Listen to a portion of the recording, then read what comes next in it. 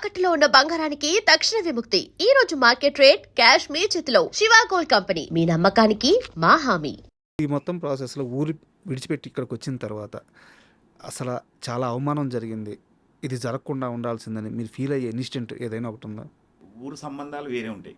కాకపోతే ఇక్కడికి వచ్చిన తర్వాత ఇక్కడికి అక్కడికి తేడా ఏంటంటే, ఇప్పుడు ఇక్కడనేమో మనకు అసలు పక్క పంట ఓరు ఏం చేస్తారు, వాళ్ళు ఓరు ఏంది మనకు తెలియదు. అక్కడ ఊరు మొత్తము వచ్చినట్టే పలకరిస్తారు. అంజీ ఏమో బాగా రోజులే కనబడతలేవు, ఏమో పిల్లగా అటే వేను, ఇక ఏమో అసలు ఇటు అచ్చుడే బావాలి అంటారు.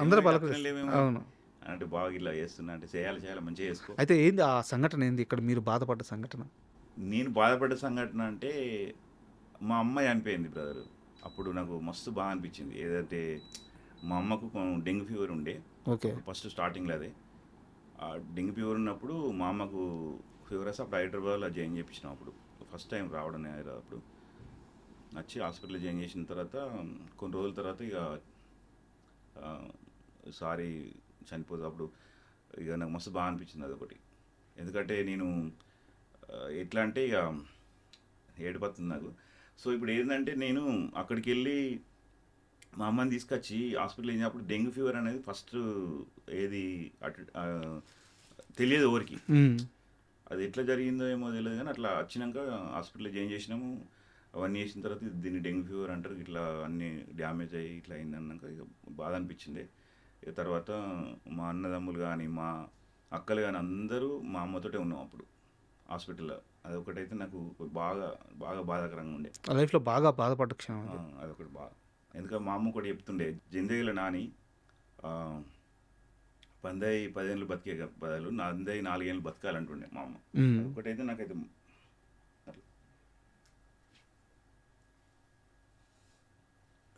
మా అమ్మ గుర్తొస్తే ఇక బాధ అనిపిస్తుంది.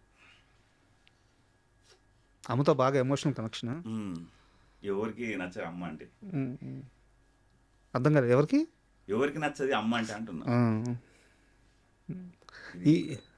ఈ వంట ఇవన్నీ ఎక్కడ అలవాటైనాయి? వంట అంటే నేను అప్పుడు హైదరాబాద్లో నేను అప్పుడు ఏసీ మెకానిక్ నేర్చుకునేటప్పుడు మా ఫ్రెండ్స్ అందరం కలిసి రూమ్లో వంట చేసుకుందాం. అట్లా నేను ఇంటి దగ్గర మా అమ్మాయి వంట చేసేటప్పుడు చూద్దుంటి. అట్లా నేను కొంచెం.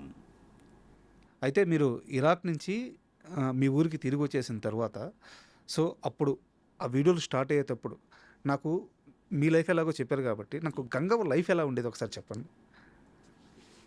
అయితే గంగవ్వ అంటే మా పాలోళ్ళే.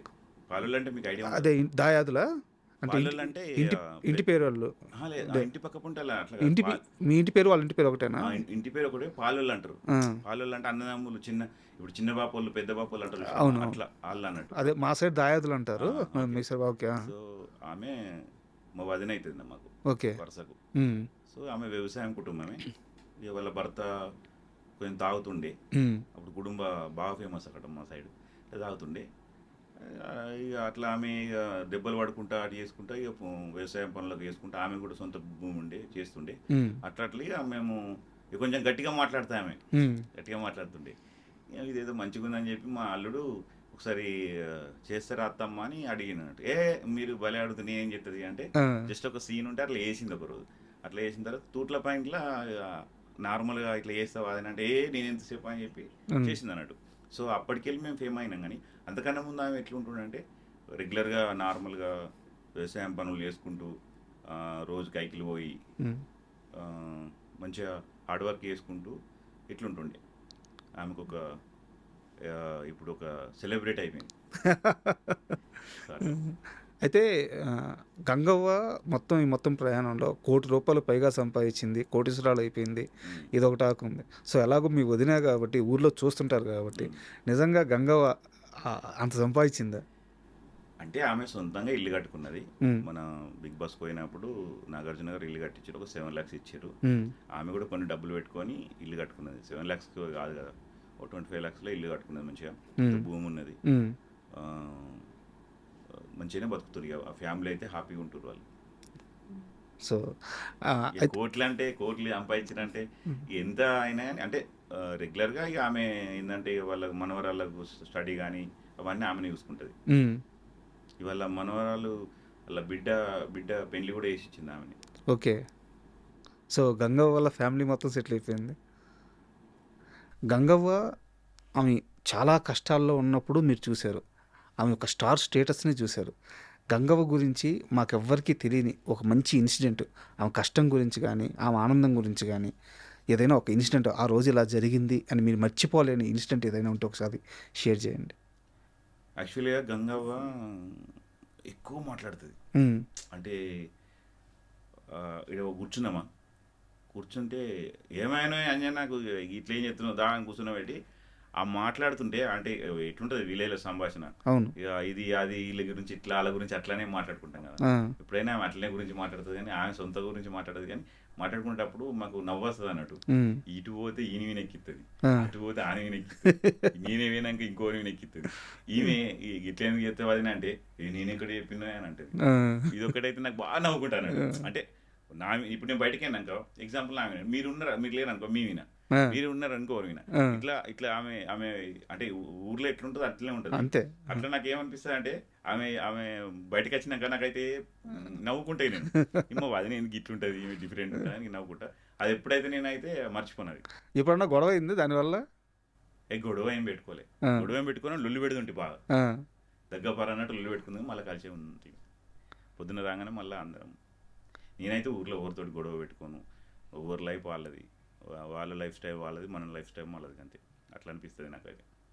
అయితే మై విలేజ్ షోలో అంటే నేను చీలిక అన్న కానీ బట్ ఒక చిన్న స్పర్ధలు అయితే వచ్చినాయి. అనిల్ బయటికి వెళ్ళిపోవడం అండ్ శ్రీకాంత్ ఒక అఫిషియల్ లెటర్ రిలీజ్ చేశారు. అనిల్కి మాకు సంబంధం లేదు, ప్రమోషన్స్ ఏదన్నా కావాల్సి ఉంటే official ID official phone number ఇచ్చేసి. సో అప్పుడు చాలా రచ్చ జరిగింది. ఈ మొత్తం ఈ మొత్తం గొడవ రావడానికి కారణం గంగవ్వ చేత ప్రమోషన్ చేయించుకోవడంలోనే వచ్చింది. అంటే గంగవ్వ డేట్స్ వల్ల అనిల్ని సంప్రదించాలా, శ్రీకాంత్ని సంప్రదించాలా, ఇక్కడ వచ్చిన డిఫరెన్స్ వల్లే అనిల్కి శ్రీకాంత్కి గ్యాప్ వచ్చింది అంటారు. నిజమేనా?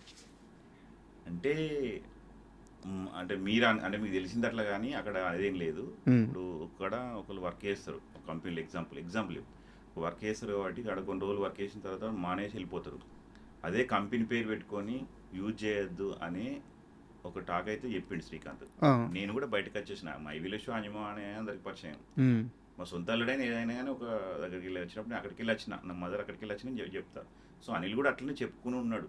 దాని పెద్దగా వాళ్ళు ఏమనుకున్నారేమో తెలియదు కానీ యాక్చువల్గా మై విలేజ్ అనేది యూజ్ చేయకు అని చెప్పేసుకున్నారు తప్పించి. కానీ నువ్వు ఇంది ఎందుకు చేస్తున్నావు, అది ఎందుకు చేస్తున్నావు అని ఎప్పుడు కూడా అనలేదు. శ్రీకాంత్ అనలేదు, అనిల్ కూడా అనలేదు. అందరం మేము కలిసే ఉంటాం, అప్పుడప్పుడు మాట్లాడుకుంటూ ఉంటాం. కాకపోతే ఏంటంటే ఇక సోషల్ మీడియా ఎట్లుంటుంది, ఒకటికి రెండు అనేది చెప్పడం వల్ల అది ఇంత ఎక్కువైంది. కానీ అట్లాంటిది ఏం లేదు, మేము అందరం కలిసే ఉంటాం. కాకపోతే ఓన్గా ఇప్పుడు రెక్కలకు వచ్చిన పక్షి ఉంటుంది అది గూట్ల. సో ఎక్కడంటే ఎవరైనా ఇప్పుడు ఎవరికైనా అనిపిస్తుంది ఇప్పుడు ఆర్థికంగా ఒక లెవెల్గా పోవాలి, లేకుంటే ఒక ఎట్లుండాలని అప్పుడు ఆలోచన ఉన్నప్పుడు మనం ఏదో ఒకటి ఎంచుకుంటాం కదా ఆప్షన్. ఇప్పుడు నేను ఇరాక్ ఎందుకు పోయినా, డబ్బులు మనీ గురించి పోయినా. సో అక్కడికి వచ్చిన తర్వాత మనీ లేక మళ్ళీ ఇప్పుడు ఇక్కడ వ్యవసాయం చేసుకుంటూ ఇంట్లో కొన్ని రోజులు వర్క్ చేసిన. సో ఎవరికైనా డబ్బు అవసరం ఉంటుంది.